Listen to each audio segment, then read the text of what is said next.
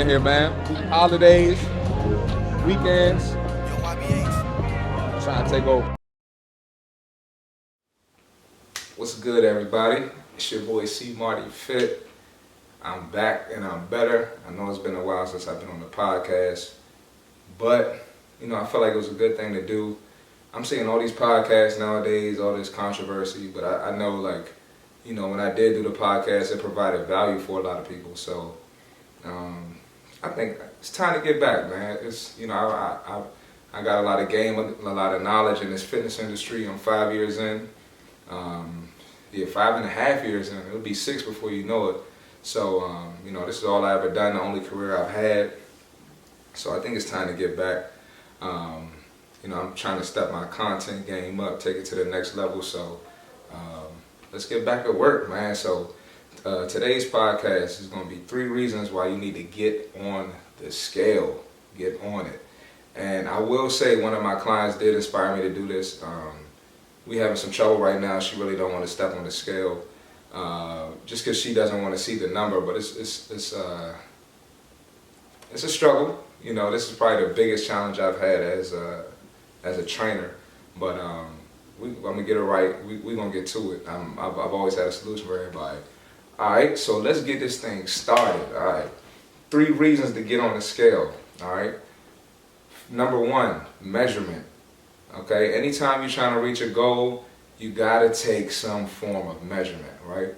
So I understand that in fitness, taking measurement can be very discouraging. It can throw you off track. It can make you feel less confident. It's a wake-up call. But that's life, though. We all need a wake-up call, right? So we take measurements in other areas of our life, right? What's some examples? Bank account. We check our bank account all the time. We check our investment accounts. We want to know how much money we got. We want to know how much money we spending. And anytime you don't want to check it, you probably haven't been disciplined. So it's the same thing with the scale. If you don't want to hop on that scale, you haven't been living your life right.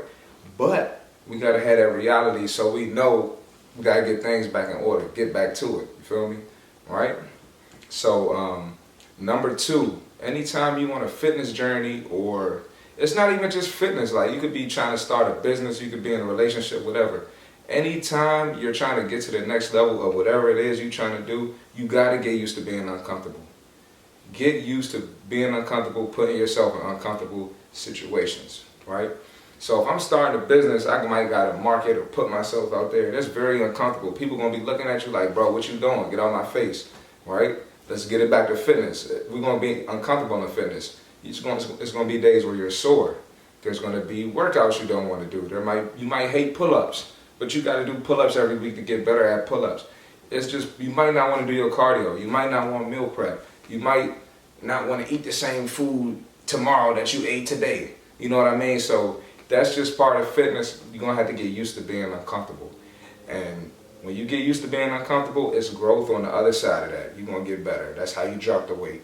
No person that lost weight and sustained the weight loss avoided being uncomfortable. No person that built muscle / gain weight, if that's your goal, they never avoided being uncomfortable. So that's just part of the game. Like, we do stuff that's uncomfortable every day. We go to jobs we hate. We in relationships we don't like.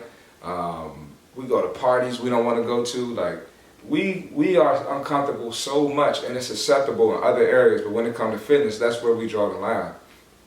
I never understood that. So get used to being uncomfortable. And number 3, I mentioned this kind of ties back to number 1, but just face reality, right? So a lot of people hire me as their coach because they have a goal they're trying to get to. You can't get to that goal on your own. You tried to get to that goal, it didn't work, right?